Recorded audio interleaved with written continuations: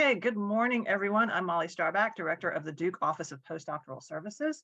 And today we are very pleased to welcome Lamont Cannon, who is the Senior Outreach Coordinator for Scholars at Duke. And Scholars at Duke is a research discovery system featuring the research, publication, scholarships, and activity of Duke postdocs and faculty members in all disciplines. And Lamont is going to walk us through how to set up your profile, how it will stay updated, and what it can help you with in both your research and your career. So thank you very much for joining us, Lamont, and please take it away. Excellent. Thank you for that warm introduction, Molly. And so what I'll do is I'll share my screen. And hopefully everyone can see it. Should be the Scholars at Duke homepage. So I just want to, like, say again, thank Molly for that warm introduction. Again, my name is Lamont Cannon. I'm the Senior Outreach Coordinator for Scholars at Duke. And probably the easiest way to kind of think about Scholars at Duke is as sort of like a Duke branded LinkedIn of sorts. But the goals of Scholars at Duke were, one, to kind of have all of our, not only faculty, but our postdoctoral researchers, our graduate and PhD students, everyone that contributes to the research fabric at Duke. We wanted to have them represented with profiles in Scholars at Duke. So the idea is that this can be a system not only where as a researcher that you're able to kind of share your research interests, your scholarly activities, but at the same time, you can also learn about others that you might want to be able to work with, whether that's faculty in a certain lab or others that you might want to partner with on research efforts. So you can access Scholars at Duke at scholars.duke.edu. And this is a system, again, that's open to both the Duke campus community as well as the world. So this becomes a great place for those outside of Duke to learn about all of the research and scholarly activities at Duke. So what you see here is our Scholars at Duke homepage currently. And so one of the things that I want to take advantage of today is this opportunity to kind of take us through Scholars at Duke, how to navigate, and from the perspective of a postdoctoral associate, the types of information that you want to have on your profile and how to go about editing your profile. So for the purposes of this demo, we will take a look at a particular profile. And so to find your own profile, you just simply type your name in the search box in the upper right-hand corner. If you find that you don't have a profile, you can either contact our office or contact the power user within your particular primary department. And I'll actually talk about that a little bit later, how you can find out who those support resources are and get a profile created for you if you don't have one. So once you type your name in the search box in the upper right-hand corner, you can click the search button. What that will do is take you to a search results page. And more commonly, if you have a unique name, you'll be the person returned at the top. But I will take this as an opportunity to point out that you can search for expertise in Scholars at Duke. So not only can you search for people, you do have the opportunity to search according to terms. So like if we wanted to search on diabetes and find out who is the foremost experts at Duke on a topic like diabetes, you can find out which people work most in that space. You can find out which publications are centered around diabetes, grants, courses, and other information. So I think sometimes people will focus more on the profiles, but it is a great opportunity to kind of learn about the outputs that have been created around a particular subject matter, as well as the people that you might want to work with in the space. But again, we'll go back to the profile that we were going to look at earlier. But just a reminder that you can search for information as well. So if you click on the name, this will actually take you to the public version of your profile. So we're going to use Carlos Arquez for the demo today. And so what you'll see here is he has a pretty thorough profile. And so the way Scholars at Duke works is it's a combination. It pulls in a combination of information from internal Duke systems. So for For staff in particular, the name is pulled in from the campus directory. We'll also pull in the title from the campus directory.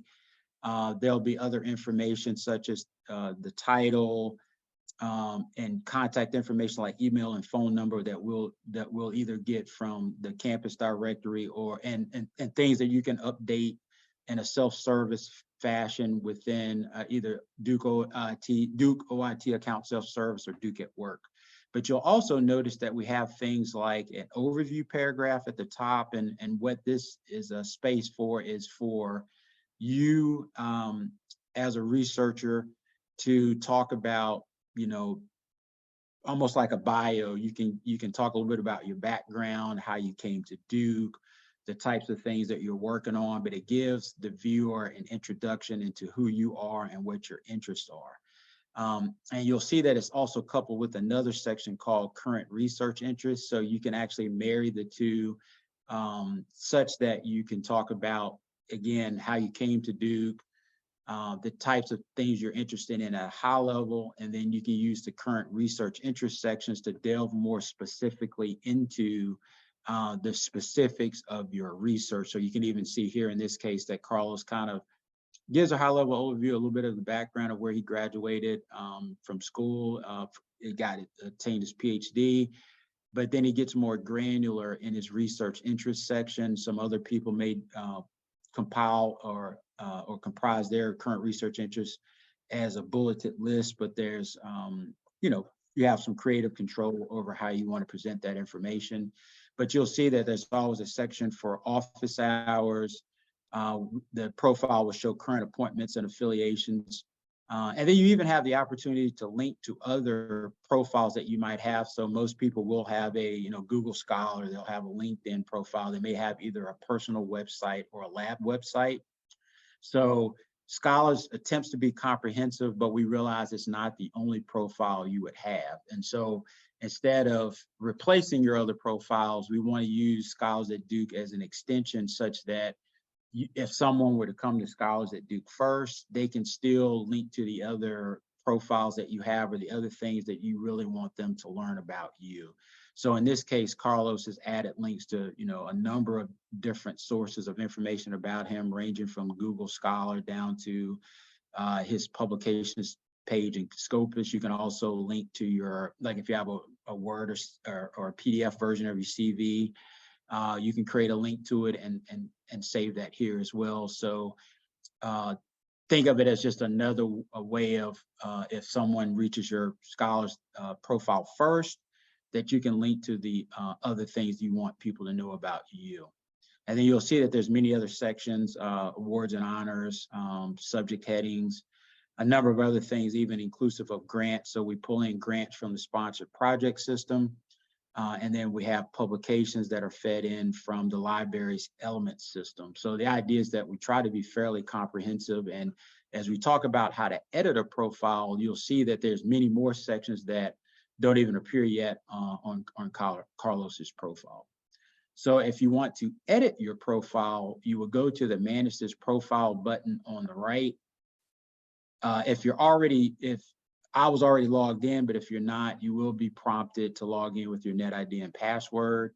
But what you see here is the editing interface, or what we call Profile Manager in Scholars at Duke. So on this Profile Manager landing page, you'll actually see page view, the total number of page views for your profile over the past week, the past quarter, and since the person has had a profile. You can even see recent edits by and who made those edits. On the right-hand side, you will see exporter reporting tools. So you do have the ability to generate a report based on the information in your Scholars at Duke profile. The other thing that we attempted to do is, if you're going to take the time out of your busy schedule to update your profile content, we want to allow you to, or enable you to leverage that data in multiple ways. So there is the ability to generate things like a scholar CV. You can also generate a bio sketch. So what happens there is we have a template of a CV that we populate with the appropriate sections of your profile. So if you're very attentive to your profile and keep it up to date, the moment you update your Scholars at Duke profile with certain pieces of information, instead of having to make those same series of changes in your CV, you can just hit the button and generate a Word document, that's inclusive of what you just updated in Scholars at Duke. So the thought was to streamline all the different things you have to update when you have accomplishments. Very similarly with the NIH BioSketch template, we try to provide the most up-to-date template, and then appropriate sections of data from your profile are used to populate the appropriate section in the BioSketch. But also there would be sections that you'll still have to go in and tweak, but this is in Microsoft Word format, so it's easily editable. But the idea is that we wanted to provide multiple ways to make that data useful once you've made the effort to update your profile. And then you can even make someone a delegate for your profile and even update your URL. So if you want to make your URL to your profile more personal, you can do that as well. So the initial part of the URL up through person will remain constant, but you have the ability to display your name in a certain way, but something that can shorten the URL, make it more personal and rememberable at this point, and something that's easy to include in your email signature if necessary. The other key things as it pertains to editing your profiles, you'll notice that all of the sections, available sections, are in the left-hand navigation. So you see that there's quite a few available sections to a profile. If you're wondering what the green eyes mean, the green eye just means that there is content already in that section. And so any section that has content will display on your profile. Sections that have the grayed out eye, what that indicates is that particular section doesn't have any data in it yet. So we do not display empty sections on your profile to the public. So this is kind of a nice at a glance view of what sections you've at least, if they're not fully complete, you've done some level of work on, and then which ones that may need addressing if they're relevant. So we think that's a handy feature. Also, if you need to collapse some of the information to minimize scrolling, you can do that. So the sections do expand and collapse. But if you want to update a particular section, you would just click on it in the left-hand navigation and it opens up in the center panel. One thing that I want to make sure that everyone takes note of is it's very important to pay attention to the how to edits. We realize it kind of has a great background to it, and you may not realize it, but it actually changes for each section, and it provides very specific guidance on how to go about updating the information. So for example, Scholars at Duke profiles are comprised of data that we pull in from Duke systems such as, like, again, Duke at Work, or the faculty appointment system called DFAC. We pull in data for students from Duke Hub. We pull in publication data from Elements. So there's a number of systems. And then for data that we don't have a system or a database to pull from, that's the type of information, that you would update on your profile directly here in Scholars. So for example, we pull in everyone's name so it's consistently displayed across Duke. So for someone like as postdoctoral associates, your name, you're considered staff, so your name is pulled in from Duke at Work. So we actually describe the process of updating your name and the how to edit. So you can go in and update the preferred first name through Duke at Work. And then once you update it there, we will pull it in correctly here. So that's why you don't see any type of add button or edit button or save button here, just because you'll need to go to Duke at Work, make the change there, and then it pulls in here appropriately. In terms of the amount of time it takes that particular update to refresh, if you update Duke at Work, we would update your name at Duke at Work today, we would pull in that change overnight. You would see that your name update the following morning on Scholars at Duke. But you'll see that there's other things like the overview paragraph that I mentioned earlier. It's a text. It's basically a large text field. It's got text editor options like bold, italicize, underline. You can either copy and cut and paste, or copy and paste here, or type into it directly. You'll see that there's a save button. So there's more indication that you can modify this particular section directly in Scholars. And we even give suggestions about the types of information you would want to include in your overview statement. And we even link to examples. So one of the things that we are working on is giving a few examples for those that are in postdoctoral roles. So like currently we do have a School of Medicine and Nursing example, a university faculty example, a student example, and then we're actually updating this to include some other staff examples as well. But wanted to point to some profiles where the person is maybe structured a very effective overview to give everyone some examples that they can kind of work from. And you'll notice that again, as you progress down the list, there will be sections such as current appointments and affiliations where we pull this in from the campus directory. The one thing that is possible for staff is it's possible to have multiple titles, multiple affiliations. So you will see an add button here where those can be modified. Typically, it would have to happen from your power user, who is sort of like a liaison to our team that is knowledgeable about Scholars, but they work in your department and they can make some of these changes on your behalf. So you'll see some references concerning contacting your power user to make certain changes on your behalf, but that's because they have access to the correct systems to update certain pieces where you may not. But you'll see that there's a number of sections here in Scholars at Duke, such as, updating your photo. All of these things you can do directly in Scholars. And so I won't go through every section on the profile, but I wanted to kind of step through some of the ones that I think are more critical for you to update to make your profile much more visible and effective. So one of the first things are web links. So you saw for Carlos, he had quite a few listed on his profile. And so again, we provide specific guidance here in the how to edit, but if you were to click on the add button, you can see where you can add a URL, you can add the text for link is actually what shows up here that's hyperlinked. And then where the type of link is important is our team or our office is in the process of redesigning Scholars at Duke, and it will have a significantly improved look and feel. And that launch is planned for late May, early June of this year.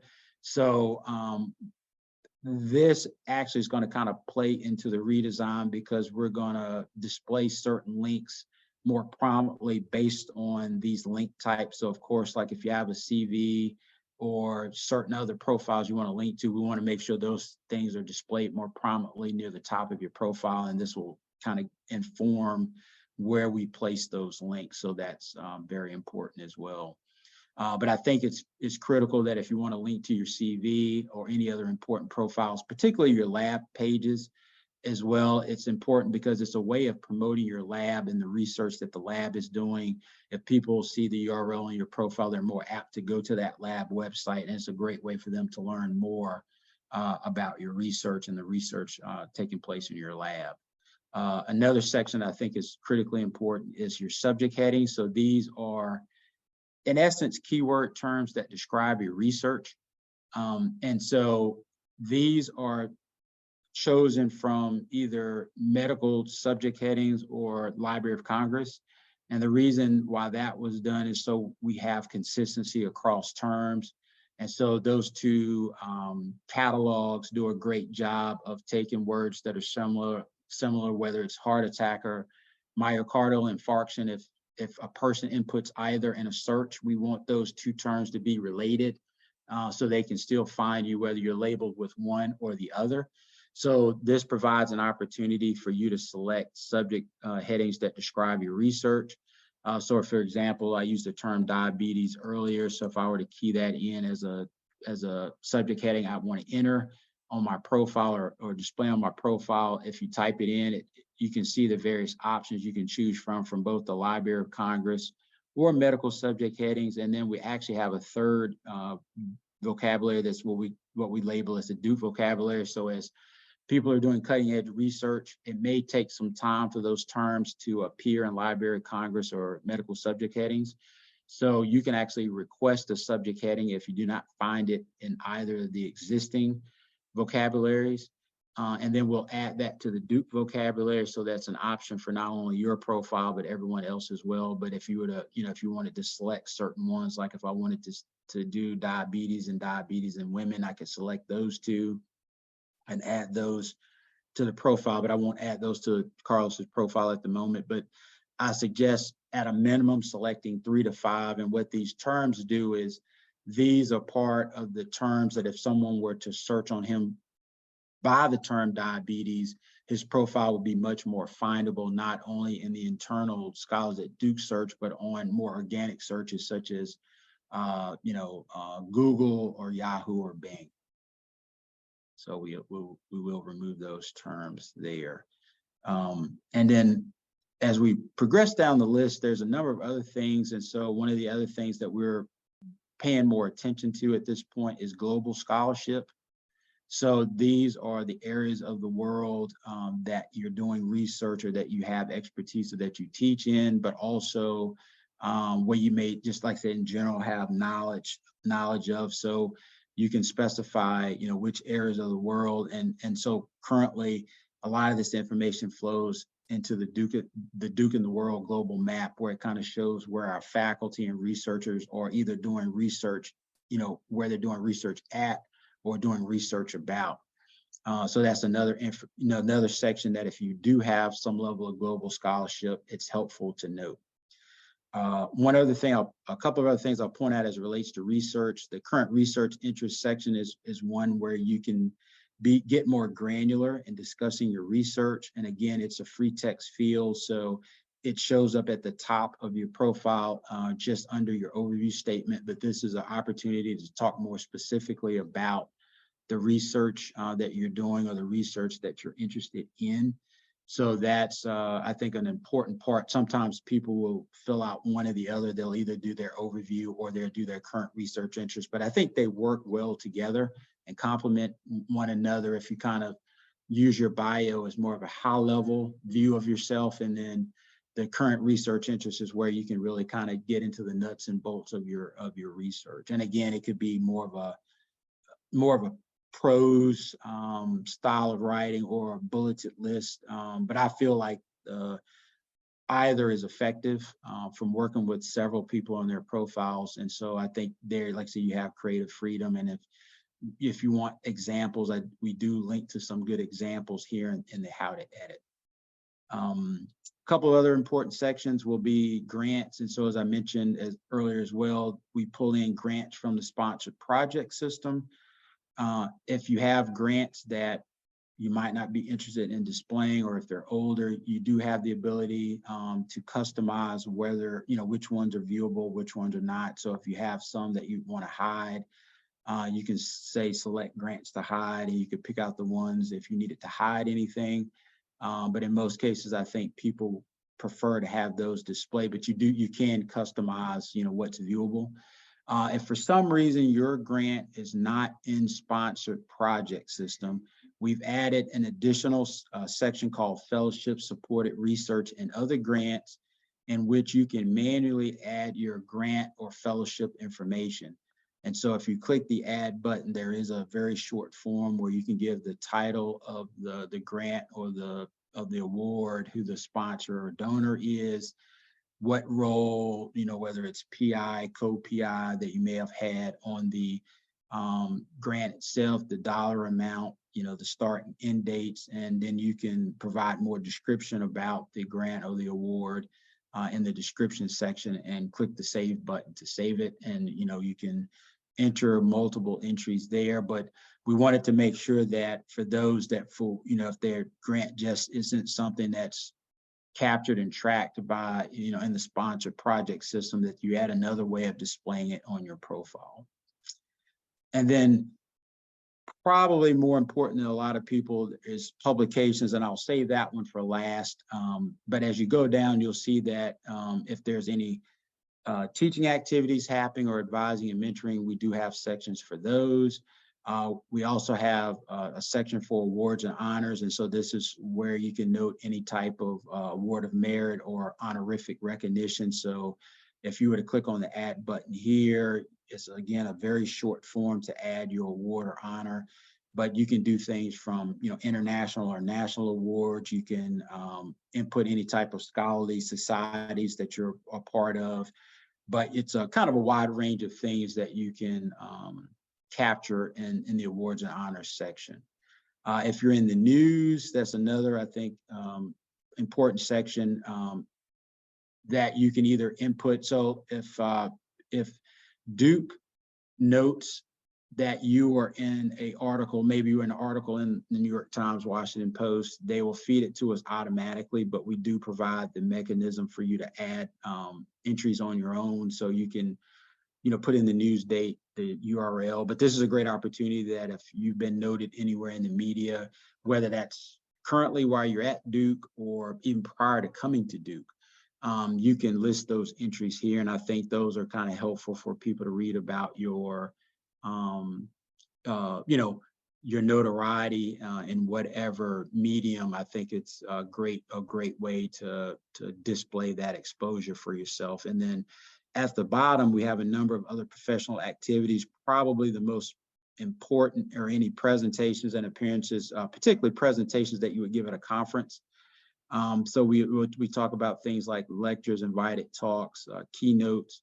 And if you click the add button here, you can describe, what type of work it was. Probably more commonly, it is an invited talk or keynote or a lecture of some sort, or maybe a scientific meeting. But you can designate those things. You can give the name of your talk or presentation. Service or event series name is the conference that you presented at, the host organization, and you can, even link to any information about that particular talk or event and describe it in further detail. But those are probably the most common sections that that are filled out or completed. And then you'll see that there's a number of other things like service to profession or certain activities, working groups that you participate on here at Duke. Service to Duke are things like you're part of the National Association of within your discipline across the country. So you can add that type of information under service at Duke. But again, we kind of talk about those types of that type of guidance and how to edit. So the idea is that right here, more explicitly on the page, you're getting guidance for what goes into that particular section. So there's quite a few things, and from our office, we don't mandate that you have to fill out every section. I think we understand that people really do like to have some creative control over their online presence. So the idea is that we want to make this tool available so that our researchers can share their research more easily with the Duke community and the outside world. And do so with the flexibility needed. So in some cases, like I said, not every section may be applicable to you, but I tried to go over the ones that I thought would be the most relevant. And before we jump into publications, I did want to point out that if you have any questions, we do have a support link in the upper right-hand corner of pretty much every page in Scholars. It takes you to our current support site. There's a number of things that are helpful from, ranging from FAQs. So if there are certain common basic questions like how do I update my profile, you click on the manage this profile button. We have some quick things that we take from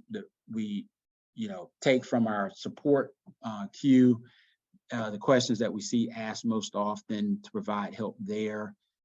The other thing that can be helpful is our tutorials. So we have a list of video tutorials on YouTube that range anywhere from introducing users to Scholars at Duke, some shorter ones that are more specific to like how to edit your profile or edit a particular section, like adding your profile picture to help everyone get started. The other important documents here are the Scholars user guide. So this is kind of your step-by-step on how to add or modify or update a section of your profile. So for example, if you wanted to edit your profile picture, you didn't know how, you can go to the user guide, and on the table of contents, if you click on a section, it will jump you to that particular section of the profile, but pretty much a lot of the things that I talked about, scholars in today's session, you can kind of see the how-to steps within the user guide. So those are the most helpful, I think, resources for getting started with scholars at Duke. And so as we go back to the profile itself, we wanted to talk about publications. So as you can see on Carlos's profile, he has a number of things ranging from academic articles to book sections. The publications are pulled in from a system called Elements, which is maintained by Duke Libraries. You can get to the Elements system in one of two ways. So if you're in the process of editing your profile, you can go down to the selected publications section. Here, you'll notice that in the how to edit, we'll talk about, that you'll need to go to the Elements system. And so to make any updates or changes, so you can see all of his publications kind of listed in Scholars, but you'll notice that there's no real way to edit these articles or publications. But you can do, a small set of things. You can change the preferred citation style. So for Carlos, he prefers the APA format for his publication citations. So that you can modify in terms of display. But if you want to go to the Elements system, you can either go to elements.duke.edu or click on the Manage Publications button. So in the case of, if we were to click the Manage Publications button, it's going to take your credentials for logging into Scholars and log you into Elements. So that's why currently you're seeing my Elements profile. But everyone with a NetID at Duke, they will have their own individual Elements profile. And this is where you would manage your publication list. So this system is not visible to the public, but it does feed your publication list to Scholars at Duke for the purposes of being displayed on your profile. So as an admin in both Scholars at Duke and Elements, I would need to go to Carlos's profile, and we can kind of look at his publications because he's going to have way more publications than I do. So you would search for yourself, last name, comma, first name. Sometimes if the last name is unique enough, you would enter your name, click on the Set Filters button, or hit the enter key. And you'll see that Carlos is listed last here in the list. But if I click on his name, now we're in his Elements profile just as if I was Carlos. And so you'll see that there's some recommended actions on his landing page in Elements. You'll notice that on the right-hand side, he does have some other information here, and you can put in a photo and some other things very similarly to Scholars, but given that the world does not see this, it's not really necessary. It would only be for your own benefit at this point. But you'll see that we can see his publication list kind of broken down by the type. So he's got 20 journal articles and he's got one book section. One of the benefits of Elements is able to go out every 2 weeks and it searches for publications that you recently published in the last 2-week window. So over the course of time, as it finds things based on your last name and first initial, it will put it in a queue. In this case, he doesn't have like an active pending queue. But what that does is it's able to find publications and then give you the opportunity to view that queue and say, yes, this is my publication and claim it. Or you can look at it and say, maybe this is a different Carlos. And so you can reject it. So the system learns from those choices. And then what happens is the next time, if you've already denoted something as rejected, it won't present that publication to you again, even though it has, a name similar to yours on it. So you can see in this case, Carlos has claimed 21 publications, and these are the 21 publications that are showing up on, in Scholars at Duke on his Scholars at Duke profile. So you kind of see the 21 represented here. One thing that I wanted to show today is if you wanted to add a publication manually in Elements, you can do so by going to the Add New. You'll pick what type of publication you're attempting to add. So if you were adding a journal article, for example, you would select journal article as the type. And even still, the system will try to aid you in finding it automatically or programmatically first before providing you the opportunity to manually key the information in. So if you have the title, so like if I wrote an article called The Frog, I could search for it, and what the system is attempting to do is search in Elements just in case you had a co-author that had already inputted the metadata for this article already, and it searches outside of Elements. So when it searches outside of Elements, it's looking at things like Scopus, PubMed, very similar to that rolling 2-week search that it already does. But if I happen to say like none of these articles that it found were by Carlos, you can skip it, and then it will allow you to manually add that publication into your Elements account. So you would put like you're the author of, it's an academic or peer-reviewed article. This is the title, I'm the author. So, Carlos is the author, so they bring that in. And then you see that there's a large amount of information, but particularly the important or key metadata, things like the publication date, publisher, journal, things of that nature that you can enter. And then you would just click Save at the bottom. Once you click Save, it will add that publication under your claimed list of publications. It's trusting that since you added these manually, that these are your publications, so it would add one here. If you have anything in your pending queue, it would show up under My Actions, and you could say claim or reject. So just to give you a quick example of what that might look like for those of you who have pending articles, we'll take a look at Dean Klopman's profile.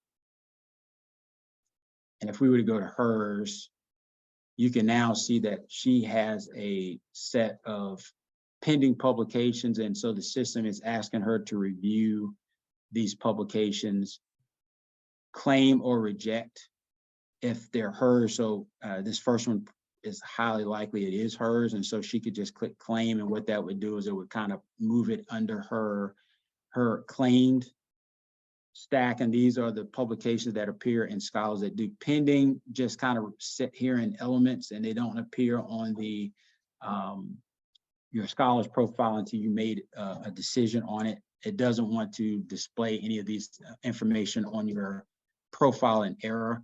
And then if you reject it, it shows up in the rejected queue.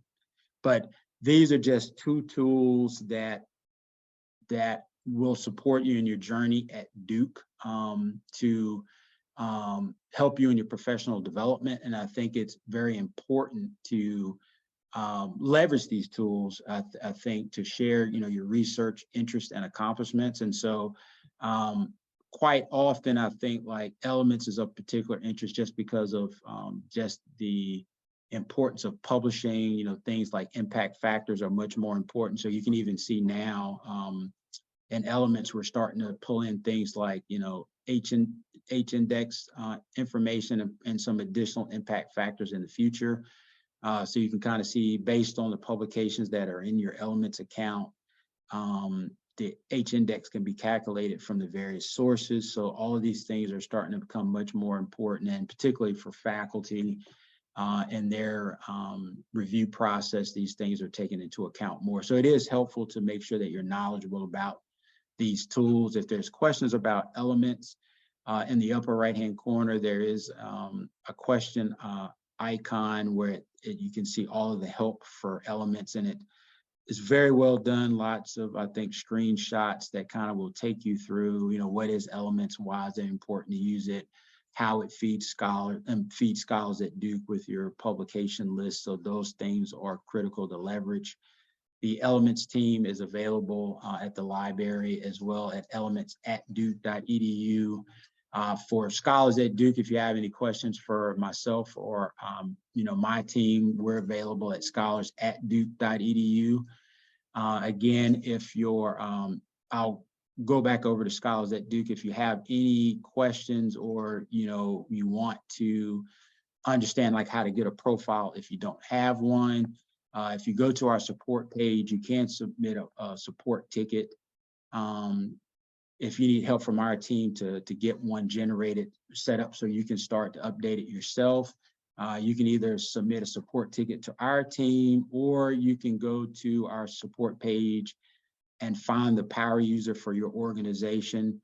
So you'll see we have all of the schools at Duke listed. And for example, if you're in the School of Medicine, it's broken down by basic science departments, clinical science departments.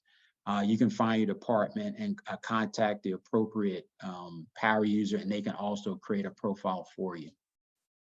So Molly, I'll stop there to see, not sure if there's any questions at all, but just want to make sure that, again, if anyone has questions, ultimately they can reach us at scholars@duke.edu, or if it's publications related, they can reach the library at elements@duke.edu. Thank you so much, Lamont. That was an absolutely amazing presentation. And I learned so much about Scholars at Duke that I didn't know. What an amazing tool. And I'm going to have to congratulate Carlos on his profile, because that was a really great profile. I do have one question. I know that something that's very popular that's offered occasionally is the Scholars at Duke Picture Day. Are there Yes. plans for that coming up? Yeah. So normally we'd have, so we're kind of budgeted to do 2 a year. And so commonly we've done those. We just had, actually 2022 was our kind of return since COVID. And so we were able to do one in April of last year and one in September. Currently, we're trying to determine dates for 2023, so we don't have those set as of yet, but generally what that entails is free professional headshots for all of those, essentially with profiles and scholars at Duke. So that ranges from like our graduate students and staff to our faculty. One of the formats that the format we kind of found that worked really well last year was having faculty will have kind of like a specific slot where they can reserve specific time slots. But in the mornings, it's more of a first come, first serve. And typically it takes 5 minutes or less to sit and get your photo. If it's a longer line, we apologize for that sometimes, but typically it only takes maybe 5 minutes to get your photo, and then they turn out great. And you can get as many as, probably as few as 5, as many as 12 or 13 shots that you can, use not only for scholars, but for other things. So once we have a date determined, we will post that on our website. And as I mentioned, also, we're launching a new website in late May, early June. So probably by that time, we will know the dates, and it will kind of be prominently displayed on our website, as well as disseminated to the various organizations, so they're aware of those dates. Okay, wonderful. I will probably be showing up this year, because as we were discussing earlier, I need a new picture. Yeah, I think I do as well. Like, the good thing is that I think sometimes we get to be the test cases that morning, so it's a great way to kind of get a new one every year. All right, Lamont. Well, thank you again for this wonderful information. We really appreciate it. And we will certainly be encouraging all of our postdocs to get a Scholars at Duke profile. So, Excellent. All right. Thank you so much. Have a great day. You too. Take care. Okay, bye.